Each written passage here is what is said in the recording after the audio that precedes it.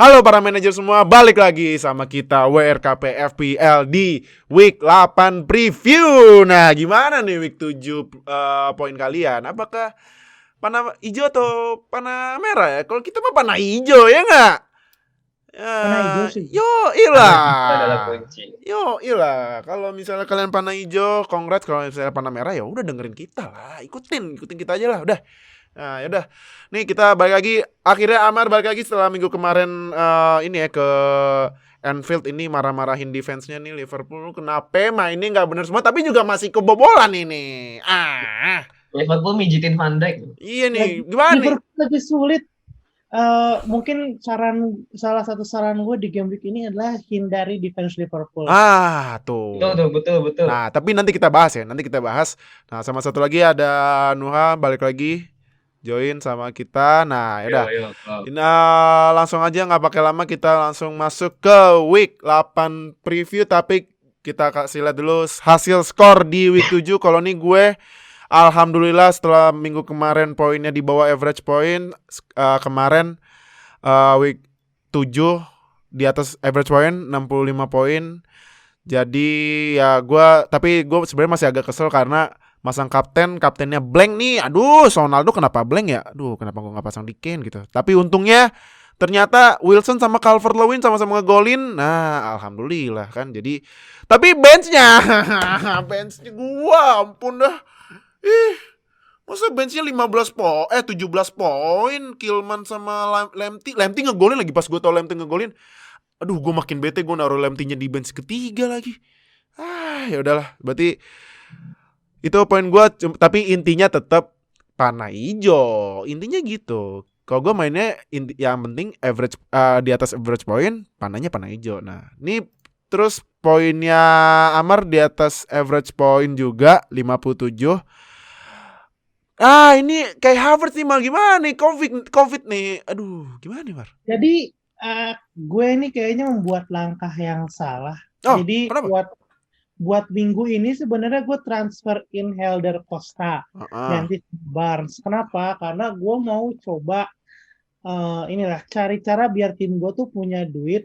Jadi punya Harry Kane sama Ronaldo barengan atau Timo Werner atau Jamie Vardy. Gue masih mau menentukan karena kan bentar lagi nih kita ada international break. Jadi gue mau coba cari cara biar tim gue punya duit biar bisa transfer premium striker. Gue transfer out Harvey Barnes karena gue lebih percaya sama Kai Havertz. Kai Havertznya COVID. Aduh. Jadi udah tetot deh itu. Overall di week 57, poin gue 57 di week 7. Nah, tapi kalau lihat ini juga bench poinnya sama kayak gue 17 nih Lemty sama Mitrovic ya. Aduh. Poin gue nyes ya. Lemty nggak naik nih, nggak gue naikin jadi starter. Transfer malah poinnya cuma 1. Mitrovic nih yang gue cari cara mau jual gimana malah dia ngegolin 8. bingung lagi. Ini ya kalau yang lain ya sama kayak Fadil tadi, gue salah pilih kapten, harusnya salah atau enggak Jack Grealish lah ya. Grealish gokil ya. Grealish 15 poin. Harvey Barnes akhirnya berbuah, tapi saat ini kesabaran gue sudah habis. Kita semua kayaknya udah habis nih kesabaran kita sama Harvey Barnes. Udah capek lah gue. Wah, ini nih. Cara aja buat ngambil premium striker.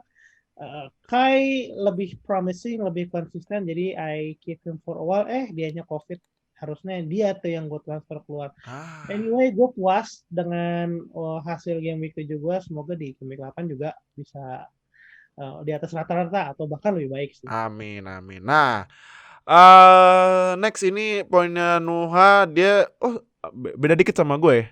Gue kan 65, Nuha 63. Nah, ini masang kapten di Kane. Nah, return lumayan. Itu. Nah, tapi ini gimana nih? Nih lu size ini. Nah, ini kita langsung masuk ke topik ini ya. Topik ini ya, pemanasan sebelum rekomendasi ya. Yang pertama, size kenapa sih?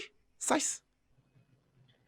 Roman Size ini kalau misalnya dari game week kemarin ya, dia kan nggak dimainkan. Jadi di posisinya dia kan aslinya ini back, tapi karena dia AOP dimainkan menjadi wingback kiri. Nah, pemain size ini dia nggak main di game week sebelumnya, jadi Wolf tuh memainkan Raid Al-Nuri. Nah itu Ait-Nouri ya. ya Raid Al-Nuri ini entah kenapa ya, entah dia cedera pun tidak ada konfirmasi dari pihak klub, tapi dia langsung nggak dimainin aja. Dan untungnya di preview game week 7 gue pasang Kilman sebagai nomor 1 di back. Enak Jadi banget. ya naik Kilman Free gue naik. 6 points ya. Kilman gue naik. Jadi ya keputusan gue untuk tidak menurunkan size ternyata agak sedikit blunder ya, tapi untungnya Kilman gue taruh di base nomor 1 itu sih menjadi penyelamat gue di game Gue boleh nambahin nggak? Boleh. Roman size dan situasinya Wolves nih. Jadi gue nggak tahu ya lu berdua main FM apa enggak, tapi gue main FM. Iya. Kenapa tuh? Gue juga main. Ryan Ait-Nouri itu bisa dibilang prospek back paling bagus. Bagus, betul. Di FM 20 itu benar-benar Raid Al-Nuri hot prospect banget. Hot prospect, statistiknya gokil ya. Biasanya kan kalau kita mau tahu ya how good a player is, salah satu caranya yang fun menurut gue adalah kita belajar lewat FM. Betul sekali. Nah, gue udah tahu cukup lama sih nama itu. Gue pakai juga di tim gue dan bener aja kan kemarin sempat mendulang poin juga kan. 15 poin loh debutnya.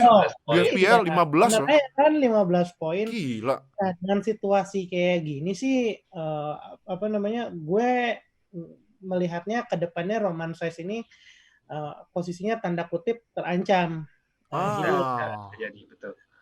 Terus udah gitu kemarin juga yang pas dia cedera itu nggak ada konfirmasi, dia cuma out aja. Iya benar-benar out, betul. Iya out, tapi tanpa ada keterangan apa-apa kan? Iya benar. Sampai di app-nya Premier League pun juga nol, nggak ada konfirmasi apa. Bisa jadi emang ini mau dirotasi aja sih sama Nuno Esposito Santos. Bisa jadi ya. I cannot confirm anything, tapi bisa jadi ini caranya buat Ryan Ait-Nouri itu masuk mulai main di Premier League. Iya. Jadi kalau menurut gue sih mulai dipantau itu Ryan Ait-Nouri, jangan terlalu cepat beli. Dipantau aja. Toh harganya murah ini. 5 loh. 5 ya? 5. Iya, itu kayak kalau misalnya lu punya pilihan back-back yang lebih stabil kayak let's say Chilwell atau siapa lagi favorit Tariq Lamptey, Robertson lah tenggerin Chelsea. pegang dulu. Nanti setelah international break balik lagi baru lihat. Itu. Tapi ini Ait-Nouri itu sebelum di Wolves tim apa ya? Tim Prancis kalau nggak salah Lille deh. Tolong dikoreksi kalau gue salah. Coba gue cari dikit ya. Ait-Nouri itu Ryan Ait-Nouri ya namanya. Iya betul. Ryan Ait-Nouri itu sebelumnya ada di tim Angers. Angers, iya. Angers. Kagak, gue pokoknya lupa. Pokoknya tim Prancis deh. Iya, tim Prancis bener. Oke. Nah, jadi itu belum rekomend kita ya. Itu maksudnya insight gitu. Pengetahuan dari Amar yang memang FM maniak gitu. Nah, itu Ait-Nouri itu memang prospek salah satu prospek terbaik di FM. Nah, gimana no? Kenapa? Gue nambahin dikit deh. Jadi kan dengan situasi Ryan Ait-Nouri yang memulai debut di Premier League ini, sebenarnya posisi back itu menjadi sebuah posisi yang nggak tricky karena Kilman, Roman Size, dan Ait-Nouri ini bisa dibilang jadi prospek yang bagus di FPL. Tapi dengan kalau memang misalnya nanti nih Size main lagi, terus Nouri main lagi di posisi wingback, otomatis pasti ada satu orang yang harus dikorbankan. Kilman kayaknya, iya bisa sih. Iya benar juga ya, iya. Jadi memang 3 orang ini posisinya lagi dalam tanda kutip lagi tricky ya. Jadi, iya. Cukup dipantau aja defense-nya Wolves sekarang ini. Benar. Nah, jadi buat lo yang tiba-tiba tertarik sama Ait-Nouri terus mau beli, kalau menurut kita tahan dulu deh. Abis international break aja, abis game week 8 ya, karena kan lumayan breaknya 2 minggu loh gitu. Nah, jadi yaudah kalau gitu langsung aja masuk ke Rekomendasi dari kita yang pertama dari gua merekomendasi. Oh, belum. Gua baru inget kan. Gue baru ingat. Ings cedera 6 minggu gimana nih? Kalau menurut gua nanti gue bakal jawab di rekomendasi gue, tapi gimana menurut lu berdua? Danny Ings yang sebenarnya ya timnya Soton mediocre, tapi dia terbukti fixture proof juga ya, deadly juga ya. Nah, tapi gimana nih? Danny Ings cedera 6 minggu, 4 sampai 6 minggu sih sebenarnya. Danny Ings dari musim lalu kita udah tahu dia fixture proof, cedera 6 minggu ini jelas menyulitkan FPL managers lah ya. Karena jadi salah satu andalan buat mendulang poin. Harganya kalau nggak salah cukup mahal di 8,5. 8,5. Sekarang turun 8,4. Oh, turun. Oke. Dapat 8,5 ke arah 9 ya. Run it up to 9. Nah, menurut gue dengan cedera ini sih, ini saatnya kalau lo belum punya itu ngambil Timo Werner. Kenapa? Karena baru ada konfirmasi dari Chelsea bahwa sekarang Timo Werner itu jadi main penalty taker. Gue baru tahu nih. Wah, berarti bukan Jorginho lagi ya? Bukan Jorginho lagi. Bukan Jorginho lagi. Werner ya. Dan boleh juga nih buat 6 minggu ke depan dipantau C. Adamsnya dipantau. C. Adams, tandemannya ya. Ya, tandemannya dilihat apa namanya, mainnya gimana. Kalau lu punya budget bisa lu stash jadi differential. Harganya kalau nggak salah nggak terlalu mahal. Murah kok C. Adams, 5,5 lah. Di bawah 5,5 nggak? Kalau nggak salah nih ntar ya, C. Adams itu dia 5,8. Oh, 5,8. Iya, masih seharga Patrick Bamford lah. Patrick Bamford kan segitu, 5,7, 5,8 kalau gue nggak salah. Jadi it's a good time buat ngetes, coba beli premium striker lainnya nih, saatnya nih ngebuktiin apakah keputusan Frank Lampard dan manajemen Chelsea itu benar buat milih Timo Werner jadi main penalty kicker, atau coba cari pemain yang lebih murah kayak C. Adams yang sekarang nggak ada saingannya di depan, dan lo bisa alokasikan budgetnya ke pemain tengah atau ke Nah, terakhir apakah saatnya jual Robertson dan TAA? Gimana nih, Mar? Gimana? Gimana? Ini Liverpool. Nih gue buka dikit ya. Liverpool ini udah nggak clean sheet dari week 3 loh. Week 3 udah lama loh. Berarti ini kan Van Dijk kan cedera pas lawan Everton, teman. Ya dari week 3 loh nggak clean sheet, gimana nih? Cuman clean sheet sekali loh. Benar ya.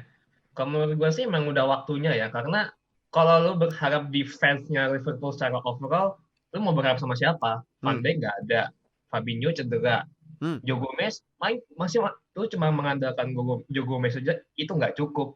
Apalagi kalau misalnya lu masang ya fullback dari Everton, walaupun secara ofensif mereka mungkin akan mendulang poin, tapi kalau misalnya Liverpool kejebolan banyak, ya tetap bakal berkurang poinnya.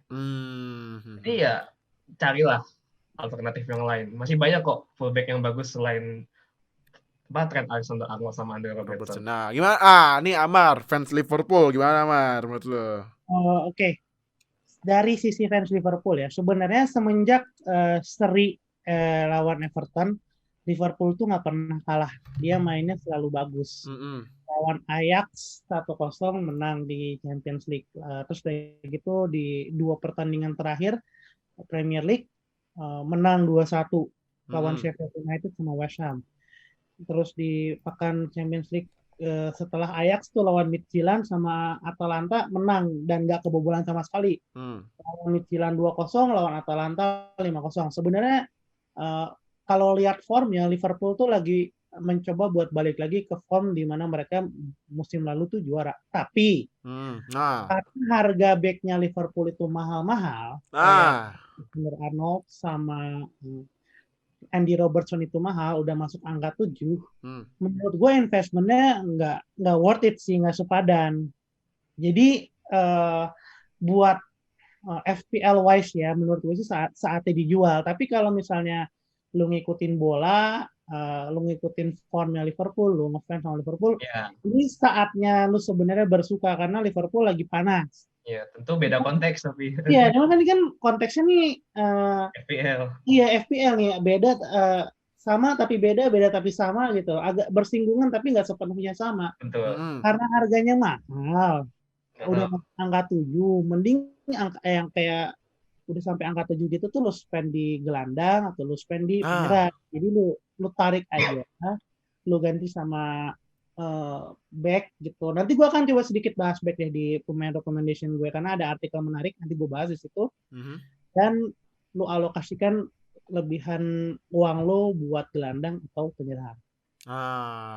Oke. Nah, itu buat kalian yang mungkin sudah udah kesel kali ya sama Robert sama TAA gitu. Nah, itu dari fans Liverpool asli loh. Nah, terus yaudah langsung aja nggak pakai lama kita masuk ke rekomendasi kita di week 8. Yang pertama gua menyambungnya tadi karena Danny Ings cedera, gua bakal merekomendasikan Ward-Prowse. Bukan Adams ya. Karena gini, pertama Ward-Prowse itu ya lu lihat kan di ini kan. Lu lihat aja pertama dia kaptennya. Oke, ya sebenarnya enggak nyambung. Cuman ini yang mau gua tekanin. Dia itu set piece taker. Nah, set piece taker. Nah, terus dia kalau gua nonton Southampton ya, kalau selama Danny Ings main itu yang kalau misalnya bola distribusin ke Danny Ings, bola dikasih ke Danny Ings, nah biasanya tuh Danny Ings yang kasih assist gitu. Assist ke teammate-nya. Nah, Danny Ings cedera 6 minggu. Ini menurut gue Ward-Prowse kemungkinan buat bikin gol sama assist-nya lebih gede. Nah, kalau lihat dari Opta, dia itu key passes-nya 10. Oke. Nah, dia memang shoot-nya ya karena inilah kalau lihat dari heat map-nya aja kan James Ward-Prowse itu kan back tengah kan. Pure back tengah gitu kan. Di depannya aja dia jarang banget. Nah, tapi dengan key passes-nya 10, ini kemungkinan ya asisnya memang baru 1. Tapi ini kemungkinan dia buat naikin asisnya selama Ings cedera itu mungkin ke Adams atau misalnya ke winger yang lain gitu, yang lain-lain. Ini lumayan tinggi gitu. Terus ini juga shotnya kan dia 7 ya, maklum lah ya back tengah 7 standar ya. Nah, ini tapi inside the box-nya 2, tapi menurut gua kayaknya dengan Danny Ings cedera nih, Ward-Prowse kemungkinan bakal lumayan maju nih. Yang ke daerah-daerah yang masih kurang panas atau belum pernah sama sekali. Nah, jadi itu kalau gue Ward-Prowse. Gue tadi tuh mau nyaranin Adams, cuman Adams nggak semematikan Ings sih sayangnya. Nah, gue penasaran. Gue pengen lihat nih Adams gimana nih tanpa Danny Ings. Berarti kan dia solo striker ya. Gue penasaran gimana nih Danny Ings di week 8 nanti. Nah, itu kalau gue nyaranin lu semua Ward-Prowse, apalagi Ward-Prowse ini harganya 5,9 loh. Murah loh. Kalau lu mau nyari gelandang yang playmaker gitu. Itu dari gue. Dan satu lagi nih, lu lihat 2 week kemarin poinnya double digit loh. Wah, tuh. Main kan? Jadi itu kalau gue sarannya. Kedua, Mar, lu nyaranin namanya panjang juga ya? Joao Pedro Cavaco Cancelo. Panjang juga ya? Nah, kenapa Cancelo? Oke, jadi sebenarnya gue mau clear things up aja, disclaimer. Sebenarnya buat week 8 itu gue nggak saranin siapa-siapa. Oke. Gue nggak saranin siapa-siapa. Jaga tim lu yang udah lu punya. Kalau lu punya free transfer, simpen. Karena apa? Bentar lagi kan International Week. Nanti pulang-pulang transferan baru lu ada yang cedera, nangis. Kena COVID nangis. Ini soalnya udah gue belajar dari kesalahan nih. Kai Havertz kena COVID dan gue ya waduh nyesel sih. Nah, tapi kenapa gue coba saranin Cancelo? Jadi gue lagi baca sebelum rekaman tadi tuh gue lagi baca-baca tentang artikelnya FPL di Athletic sama Mark McGettigan, namanya agak ribet. Jadi dia bahas defender-defender yang lagi hot nih di FPL yang bisa jadi apa ya dibilang alternatif lo beli nih.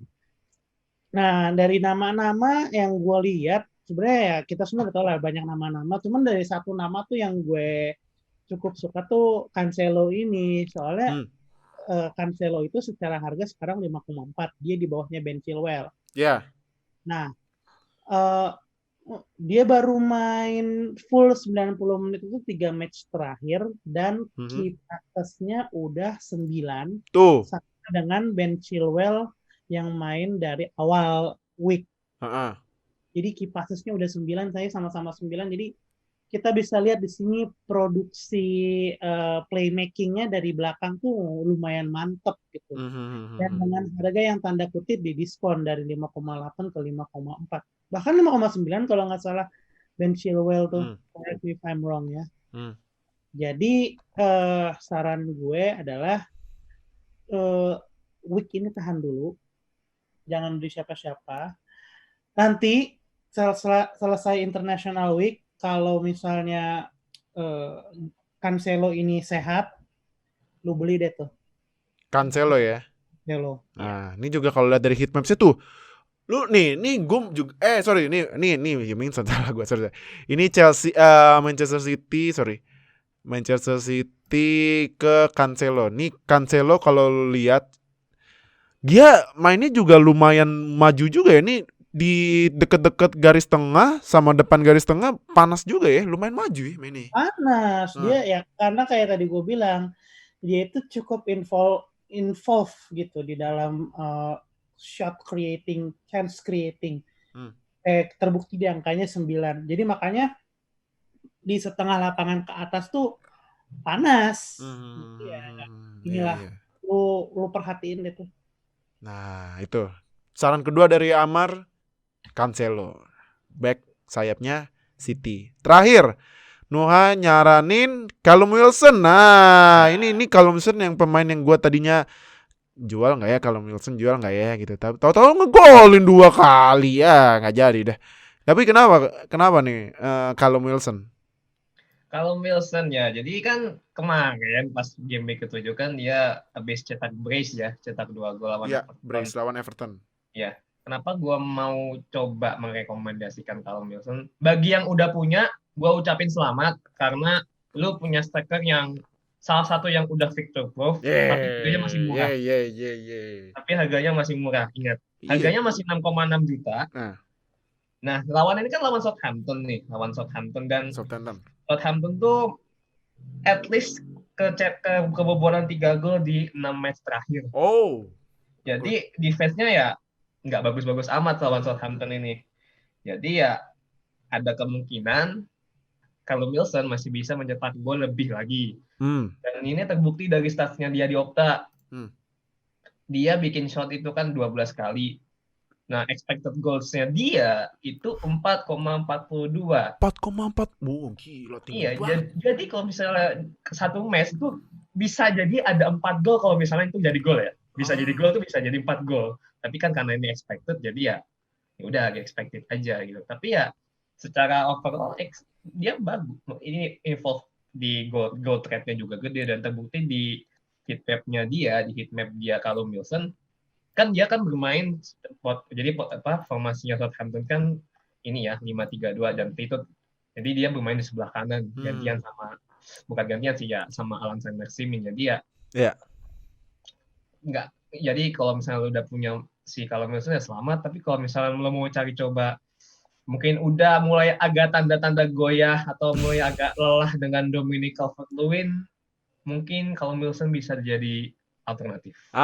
Tuh kalau gue sih belum mau menyerah ya sama Dominic Calvert-Lewin. Iya. Gue juga yang pas kita prediksi Calvert-Lewin kayaknya bakal blank pertama kali, kemarin udah benar. 2 minggu kemarin benar. Nah, untungnya kemarin ngegolin ya. Jadi gue juga masih belum nyerah sama Calvert-Lewin. Cuman ya nanti kita lihat di international break kalau misalnya dia tiba-tiba kenapa-napa kan habis ngebela Inggris.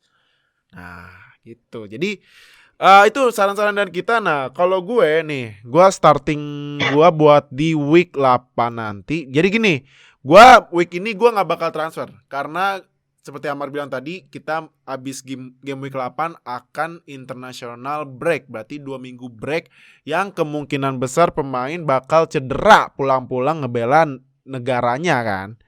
Nah, jadi gue simpen free transfernya nanti di game week 9 kan jadi 2 free transfer. Karena kan di FPL itu peraturannya maksimal 2 free transfer. Nah, nanti kemungkinan gue bakal ya gue lihat dulu pemainnya week 8 siapa yang jelek. Nah, nanti gue langsung keluarin. Nah, jadi ini tim gue yang lu pasti kaget.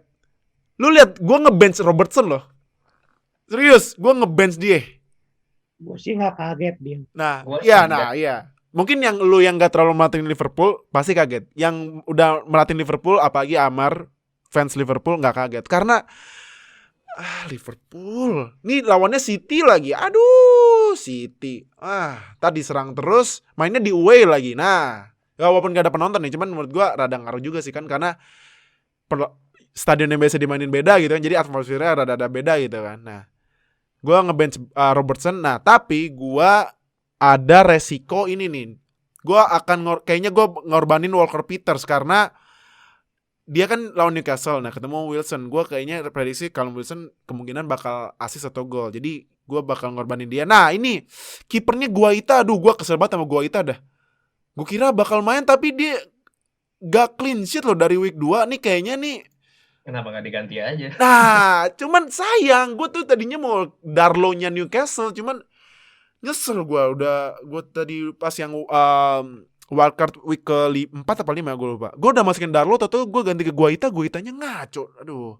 Ini kayaknya kalau misalnya Guaita di week 10 mungkin ya. Kalau misalnya week 10 Guaita masih jelek, gue langsung ganti ke Darlow-nya Newcastle sih kayaknya. Nah, back gue pasang Chilwell gue seneng Chilwell walaupun harganya lumayan tinggi ya 5,9 tapi ya gue dari musim kemarin kayak gue bilang di week kemarin itu ya gue dari musim kemarin lihat Chilwell di Leicester bagus. Nah, apalagi kalau gue sama kipernya Mendy terus back tengahnya juga ada Silva sama Zouma, Chelsea rapat sih menurut gue ya. Nah ini gue menunggu lagi nih. Nanti kan kita sebelum sebelum week 8 mulai jangan lupa nanti deadline-nya jam 11 malam loh. Hari ini, bukan besok, hari ini. Hari ini berarti kita uploadnya kan kira-kira jam 7 nih ya. Berarti 4 jam lagi loh. Nah 4 jam lagi tuh. Bahaya loh kalau lu lupa. Jam 11 malam hari ini ya. Jangan lupa ntar. Nah ini gue masih nunggu update Lemty kalau misalnya dia cedera atau gimana. Nah ini gue udah siapin. Kayaknya ini gue sekarang ya. Gue langsung gantiin Kilman deh. Gue gak mau Robertson bench pertama. Gak mau gue Liverpool aneh. Kesel gue, bukan aneh ya, bolong. Gagal kemarin ya. Iya, makanya gak ada. Nah, jadi itu Lemty gue masih nunggu. Terus tengahnya masih sama Salah, Son, Ani, Zaha nih. Gue kemarin mau beli Zaha malah gak ngapa-ngapain 1 poin. Barsnya gue jual 8 poin. Kampret emang nih, emang FPL pain every year, every season gitu FPL pain. Pasti gitu. Nah, Salah, Son, Zaha sama Grealish. Penyerangnya masih sama Wilson, Calvert-Lewin sama Kane. Nah, gue pasang kapten di Kane. Nah, karena kemarin Son blank, gue lihat Kane emang top tier ya. Gokil Kane emang. Keren Kane. Jadi itu tim gue. Nah, terus ini tim keduanya. Nah, ini si Amar. Mar, nih gimana nih Mar kalau lo? Oke, nih tar dulu, sorry. Lu pasang Ryan nih, bukan Martinez, kenapa? Lawannya Arsenal ya. Mantan timnya ya. Nah, dulu. Nah, gimana? Gue punya Ryan sama punya Martinez. Gue pasang Ryan karena ya match up aja sebenarnya. Martinez tuh lawannya Arsenal, gue nggak pede aja. Pasti kebobolan 1 atau 2, jadi gue nggak bisa dapat clean sheet, susah lah. Oke. Back nih ya. Back gue ada Aaron Cresswell lawan Fulham, Ben Chilwell lawan Sheffield United.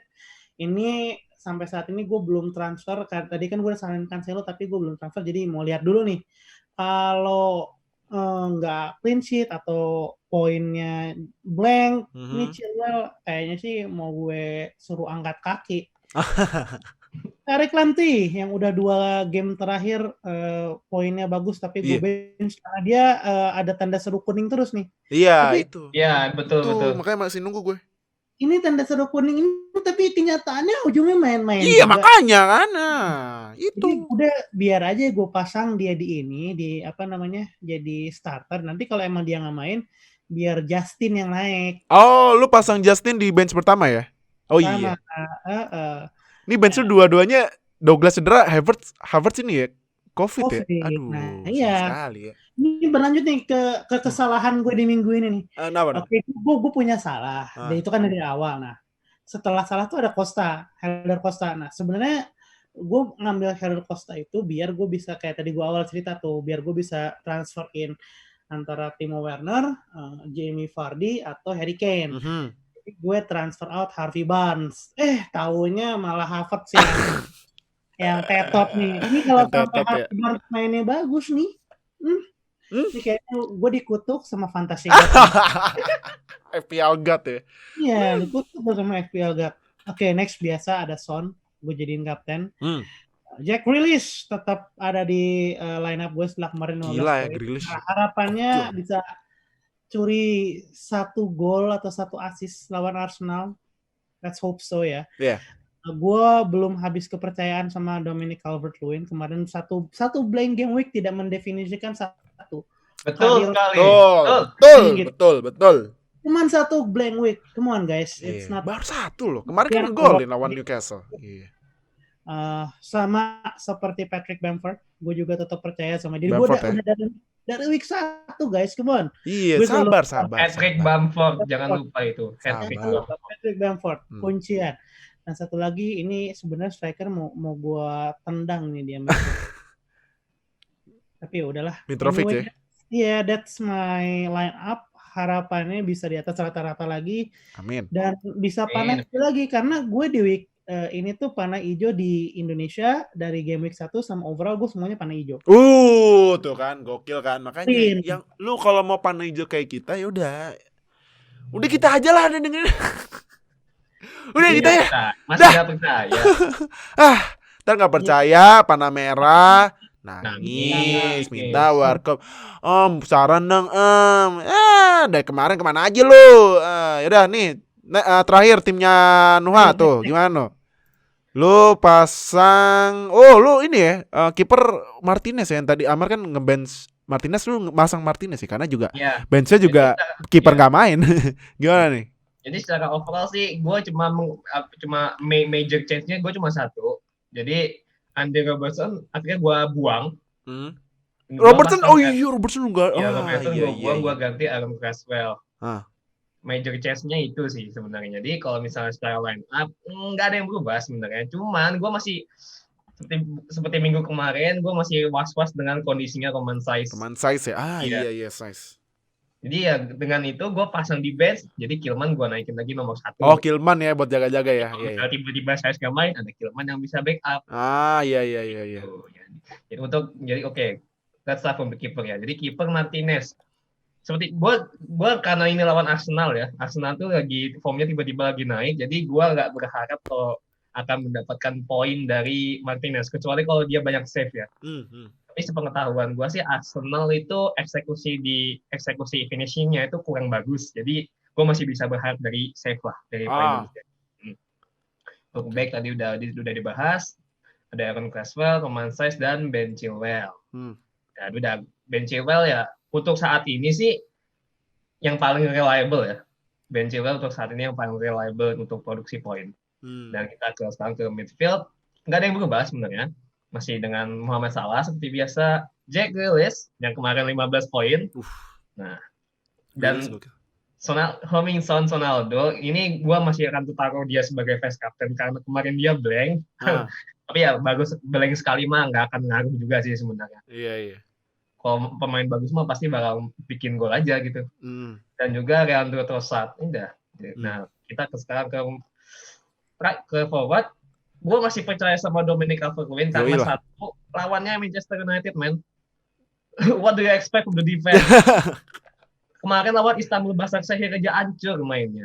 Iya yang itu yang ada fotonya yang pemain Istanbul ya udah depan kiper. Ini 3 pemain MU ngapain tidak menegakkan protokol kesehatan? Kenapa tidak physical distancing gitu?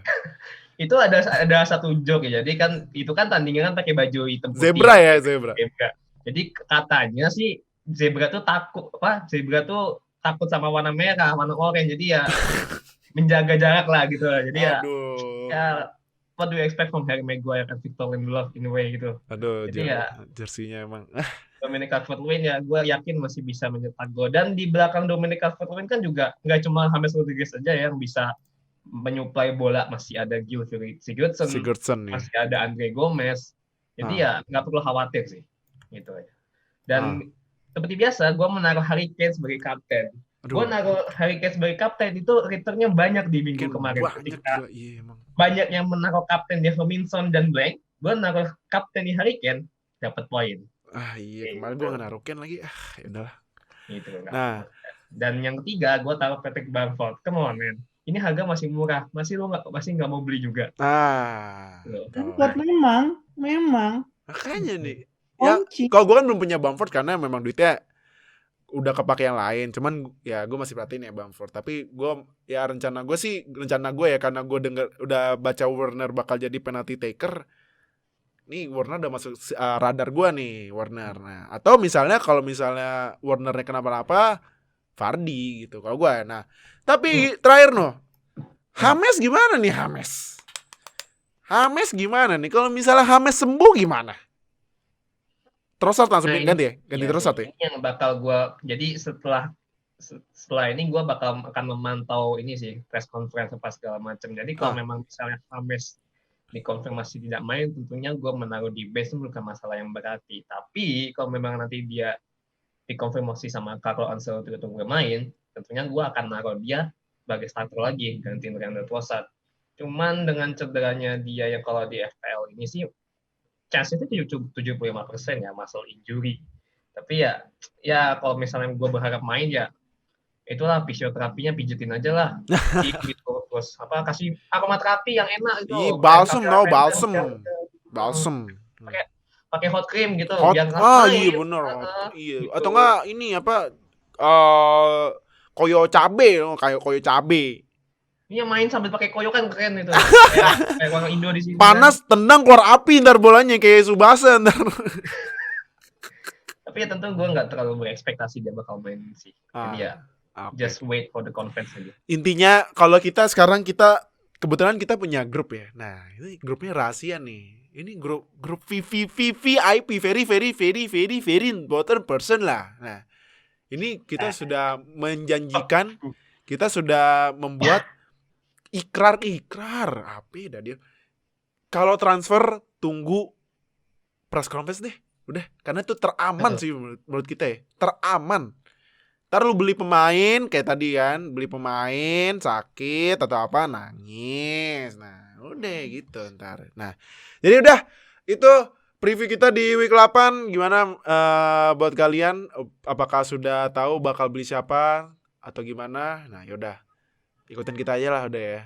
Atau misalnya masih mau nabung karena mau international break, itu saran terbaik kita. Tapi kalau misalnya nggak mau beli, kalau misalnya mau transfer sekarang nggak apa-apa ya. Tapi ikutin saran-saran kita. Jadi udah itu preview kita di week 8.